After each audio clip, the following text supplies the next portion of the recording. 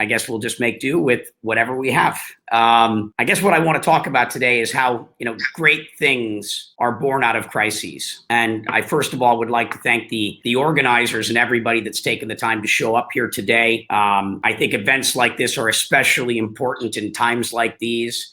I think most of us are, with all the social distancing going on, feeling a little like cooped up, and it's good to still bring the community together, and good to connect with everybody. So again, thank you for organizing this, and thank you for showing up. Who am I? I'm Brock Pierce. I ended up in this field through video games. I guess I grew up as a gamer, and so in the late 90s, I eventually recognized that there was value in these. Well, I played Magic the Gathering and things of that nature, and I was buying and selling and trading cards and baseball cards, and eventually when video games became massively multiplayer or networked, there was value in the intangible assets, and I saw that there would be demand to buy and sell these things. People that had too much, call it discretionary time, but lacked expendable income, and vice versa. And so what I did is I bought the excess inventory of digital currency off gamers that had more than they needed, and I gave them money for it. And then for people that didn't have time to play 8 hours a day, sold it to them. That ended up being a fairly interesting business. We built this up all over the world in games like World of Warcraft, EverQuest, Second Life, so on and so forth. We built up a supply chain of about 400,000 people in China that were playing games professionally to mine digital currencies that we sold all over the world. And we were PayPal's largest merchant for years, Google's largest advertiser for a moment. We ended up doing $10+ billion of business. We helped launch Alipay. And so through this experience, that eventually led me to Bitcoin, or cryptocurrency and blockchain. And it was very clear to me from the beginning that this had enormous potential. And the issue wasn't whether it had the potential to be successful. The question for me was really when. When I had conversations with people back in the day, I would always say, yeah, Bitcoin or something like it could very well change the world. I just don't know if the time is now or 25 years from now. And so in 2012, I made the decision to drop everything I was doing to focus exclusively on stuff in this space, which started with being an early Bitcoin miner, an early Bitcoin buyer, ended up being the part of the group that led the largest investment into Mastercoin, became a founding board member, acting kind of like chairman. Mastercoin, for those that have been around a long time, was the first ICO. Co-founded Blockchain Capital with my partners Bart and Brad Stevens, which was the first dedicated venture fund in the space that has invested in 80 of the top companies in the industry.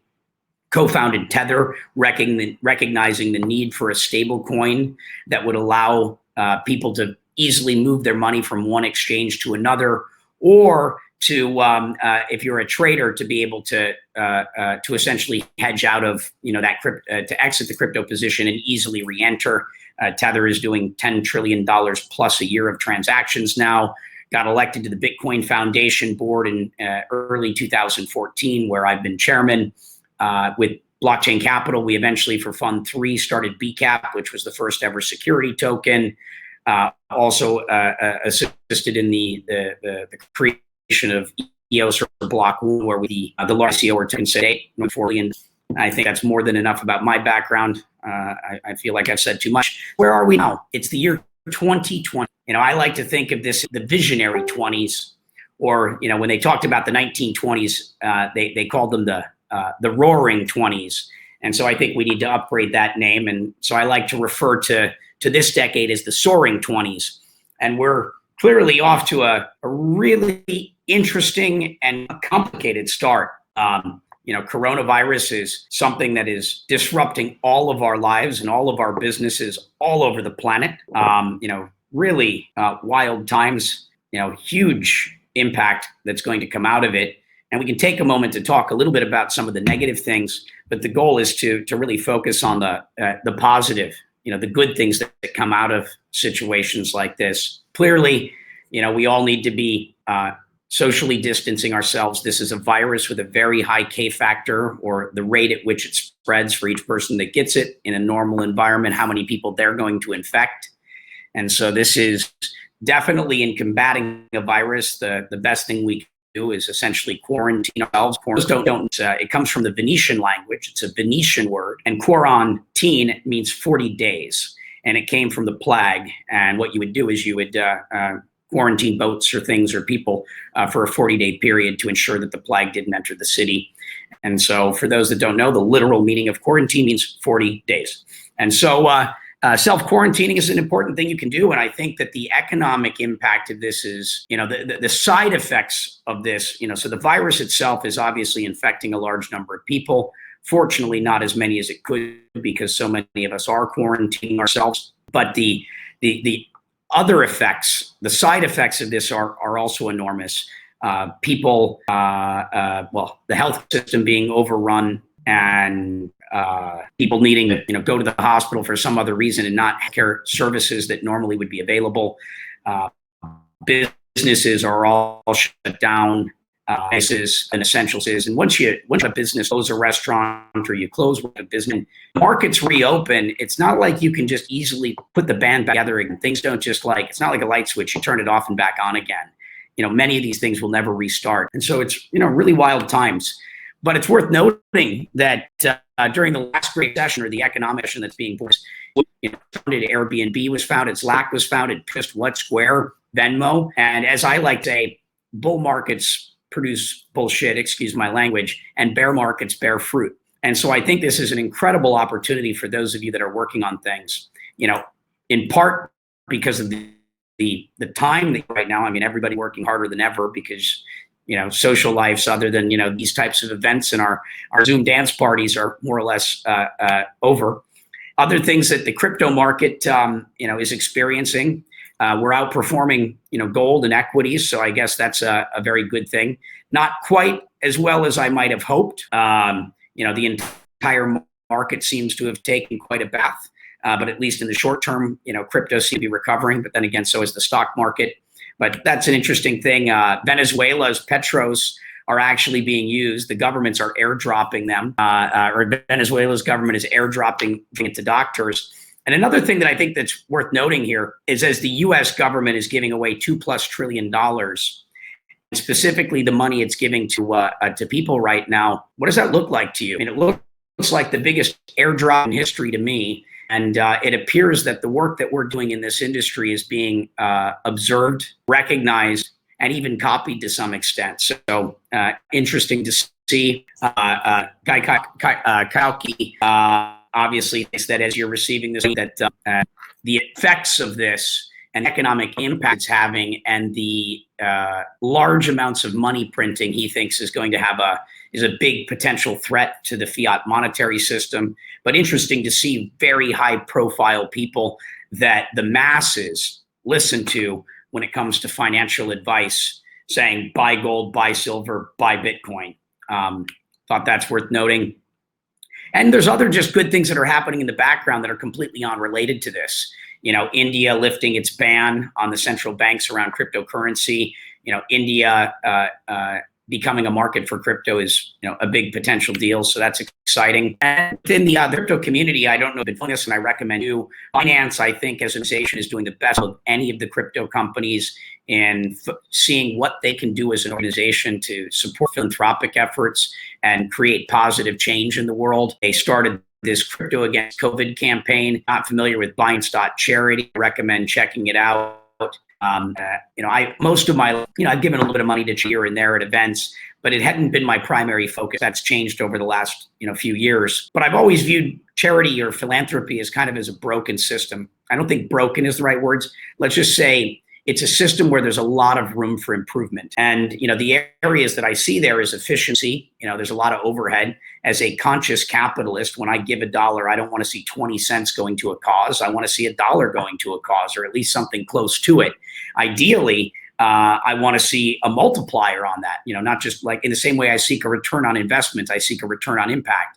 If I give $1, to see $2 of impact. And that can be through partnerships and matching funds, or finding the right organizations that are really efficient or know how to leverage capital to make a big impact. And so Binance and I share a shared perspective about, how do we bring greater efficiency to charity, and how do we bring transparency, to the charity, and good ongoing reporting from those organizations. So I'm a big fan of what they're doing down here in Puerto Rico, doing a bunch of stuff. Puerto Rico, US was the first territory to implement mandatory quarantine. I haven't left in 3.5 weeks. We're on a very, very restricted quarantine. You're only allowed this week to leave your house 2 days a week to go to the grocery store, the pharmacy, or the doctor, unless it's an absolute medical emergency. And so you can either go out on Monday or Wednesday, depending upon your license plate number, or Tuesday and Thursday. And now, as it's Good Friday, we're on lockdown for the rest of the weekend. Nothing is open. You're not allowed outside. Very, very hardcore quarantine, mandatory quarantine. And so hopefully that ends up being a good thing in the end. We only have, 700 or so cases, and hopefully we end up in the low thousands, all said and done. We also started a charity, or an organization down here known as Integro, which has two meanings in Spanish. One is to integrate. The other is integrate. So the concept being to integrate with integrity. And we're focused on a bunch of things, but disaster relief, is a key area of focus for us right now. We'll be launching a campaign today on our website, which is integrofoundation.org, where we're doing a fundraiser to raise $300,000. We have a 2-to-1 match grant from the Rican Food Bank, and this is take food from farmers and to deliver it to those families most in need. The people here in Puerto Rico haven't been able to work for 3.5 weeks, and if you checked after, if you were not heard for like really challenging time. I have a person that is done some handyman work through a general contractor that I use here in Puerto Rico. He's been reaching out going, I have a 2-month-old child. I can't feed my child. My little brother, as he was food to the house, saw puppies on the street and started putting food out on the street. And a family came up and said, can we eat that? And, this is something the press hasn't really highlighted yet. And you go to a quarantine like this, people are unable to work. It's a really challenging situation for people. And those of us that have been blessed with abundance, I strongly encourage us to figure out where and how we service and help at times. And I don't mean, why are you here at this webinar? That's hopefully something to feel like you're part of the community, that nature. Why are you on this earth? Why are you here? Why? I've decided for me what my why is, and my why is to make the biggest positive impact in the way that I possibly can. A matter of figuring out kind of our purpose. And if you answer to your why, I strongly spend time thinking about that. And this Washington quote resonates a lot with me right now as we're kind of working these challenging times. That is, will ultimately prevail, whereas pains to bring it to light. I think the world is undergoing incredible pain right now, and we have one of two choices, which is fear. A family member committed suicide yesterday, directly related to me, but the one of my family partners. Suicide rates are off the charts. Depression is setting in all over. And, the thing to remember through these difficult times is that this is an opportunity. This is an opportunity to basically get your house in order, to organize your house, the things that you've been putting off for months or weeks, maybe even years. This is a chance to address those things. And I don't mean that just literally. I think it's much more important figuratively. This is an opportunity to take a look at your life and to reevaluate, to reset, to make those plans, to do your best work. I like this Hopi prophecy line, which is, when the earth is ravaged and the animals are dying, a new tribe of people shall come onto the earth from many colors, classes, creeds, and who by their actions and deeds shall make the earth green again. They will be known of the warriors of the rainbow. I believe we're living through these times.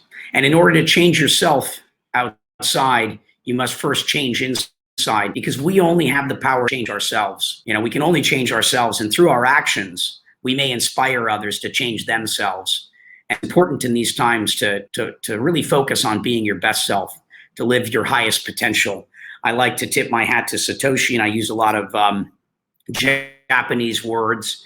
This is one that I think is relevant and important right now, which is Kaizen, which in Japanese means to change good. And that is to every day wake up and figure out how you can be better than you were the day before. With everything that you work on, look at how can I do that better, to aspire for perfection. And so during these times, I encourage everyone to believe, most importantly, in themselves and their potential, that you can make a difference, that we can make a difference, that we can change the world, that we can make this a better place, and to choose love, not fear.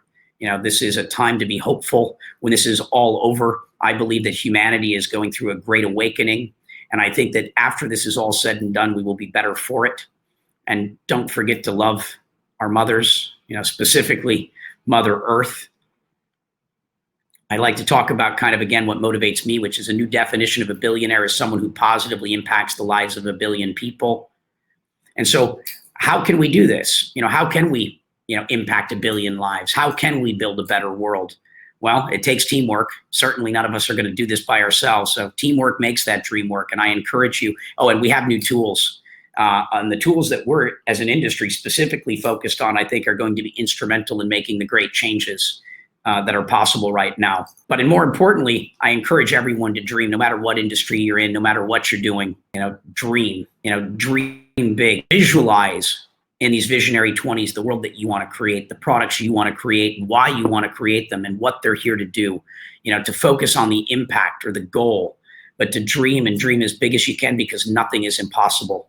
The word itself says, I am possible. This is an opportunity to write our story, not his story anymore. And hopefully it becomes a little bit more of her story.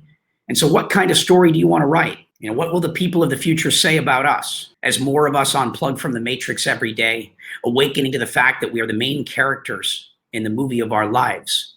You are the director, the writer, and the actor in your script, in your movie. So write a great one. We go from being prisoners of our own perspectives to understanding that the future is what we, and let's make it a beautiful one. Never doubt that a small group of thoughtful citizens can change the world. Indeed, it's the only thing that ever has. We can build a better world. And as we come out of this great crisis, we will be better for it.